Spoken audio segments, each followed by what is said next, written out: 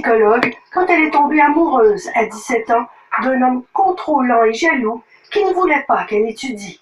Il devient carrément violent alors qu'elle est enceinte de son 3e enfant. Je dormais plus la nuit parce que j'avais peur qu'il arrive à n'importe quel moment de la nuit, de la journée, qu'il soit violent. Elle vient d'accoucher quand son conjoint met ses menaces à exécution. J'ai été séquestrée, donc j'ai menti, j'ai dit écoute, je veux prendre un dernier verre d'eau avant de mourir, mais j'en ai profité pour me sauver. Même si elle vient de frôler la mort, Shirley ne veut pas porter plainte car elle craint pour la sécurité de ses enfants.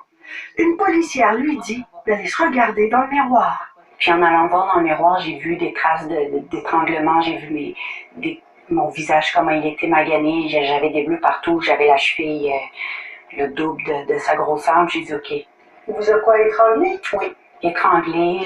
Il y avait des caméras dans la maison, tellement qu'il me surveillait, mes gestes et mouvements. Puis il m'a dit, j'ouvre la télévision là, avec les caméras, si je vois un policier venir, parce que je criais, j'avais hurlé, il dit, je te tue tout de suite.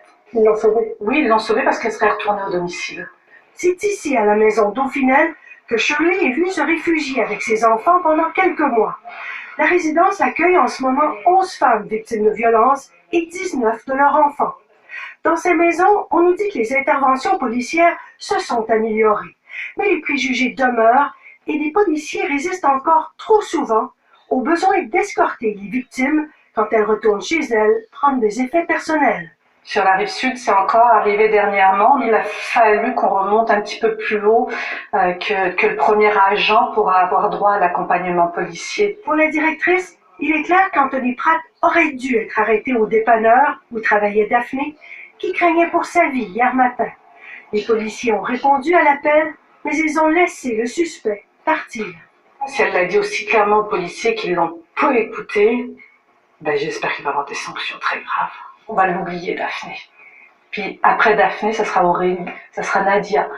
Il faut vraiment qu'il y ait une action, je dirais, plus forte et qu'on dise c'est inadmissible de mourir sous les coups de son conjoint. J'ai trouvé ça extrêmement triste. Shirley est bouleversée par le meurtre de Daphné, qui, selon elle, devrait être dans une maison d'hébergement ce soir, plutôt qu'à la morgue.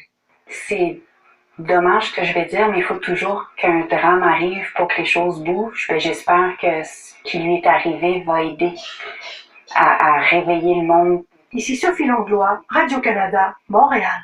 Les maisons d'hébergement.